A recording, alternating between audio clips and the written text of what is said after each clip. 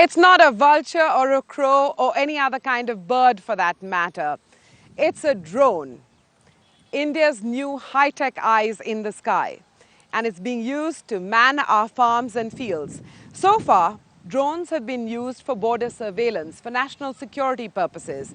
But why can't these small flying objects be put to use for something as important as farm surveillance? Let's take a look at how this remotely piloted aircraft can actually minimize disease, increase yield, and cut costs. On the surface, these brinjal plants look healthy. But as the plant grows, keeping an eye out for pests is quite a task. Like any other farm, this one too is threatened by a myriad of diseases. Viruses can destroy entire fields. If one plant is affected by diseases, it will spread through the next plants and all. It will spread through the next plants and it will affect, totally damage all the brinjal leaves. So there's a risk to the entire crop if one plant gets Yes, affected.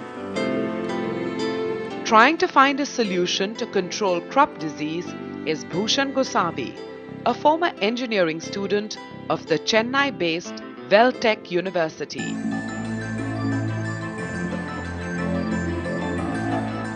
His project, the remotely piloted aircraft, can help farmers survey crops from the air to identify disease and infestation. For starters, what is the focus of your project? Project was to design a remotely piloted aircraft fitted with a suitable biosampler.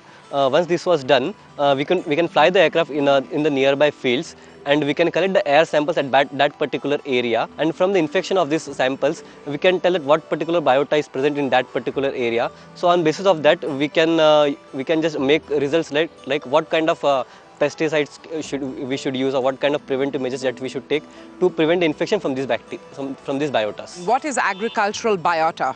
Agricultural biota mainly consists of fungus and bacteria.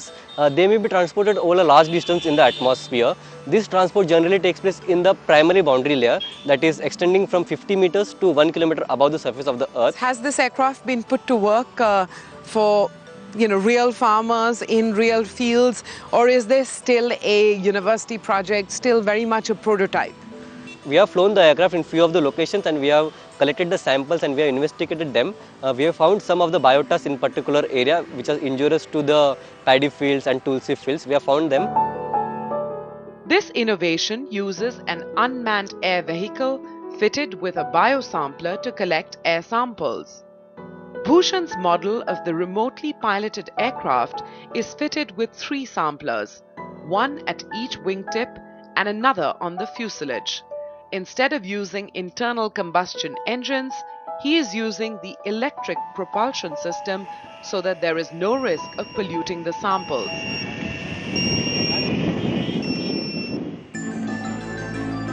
The aircraft is flown by a ground pilot at a desired altitude and samples are collected. In India, none of the people use the fixed wing for the biosampling, and especially for zero crop detection, zero error in the production of crops, and it will use to forecast the disease which is going to be happen into the field. The collected samples are then taken to a lab where they are investigated for the presence of pathogens that are harmful to the crops. If the result is positive for these pathogens, then the farmer can take remedial action. In this plate, if you are coming across 2 different morphological structures are there, any mycologist, experienced mycologist can easily identify this as a contaminant and this as a typical fungi what they need. So this is isolated from the field and this got as a contaminant. So this is how they used to differentiate, and based on this they used to give the report. Once this remotely piloted aircraft is out in the market, it can be a major step forward in the quest for zero crop destruction and zero crop disease. Do you think that this aircraft is a major step forward in the quest for zero crop destruction, zero crop disease? Yeah, surely. This aircraft will aid in detecting the presence of biota in a particular area. So after we detect the biota, we can take the preventative measures that to kill the biotas before they harm the crops. So ultimately, we will be achieving the zero crop failure or the power of Shunya.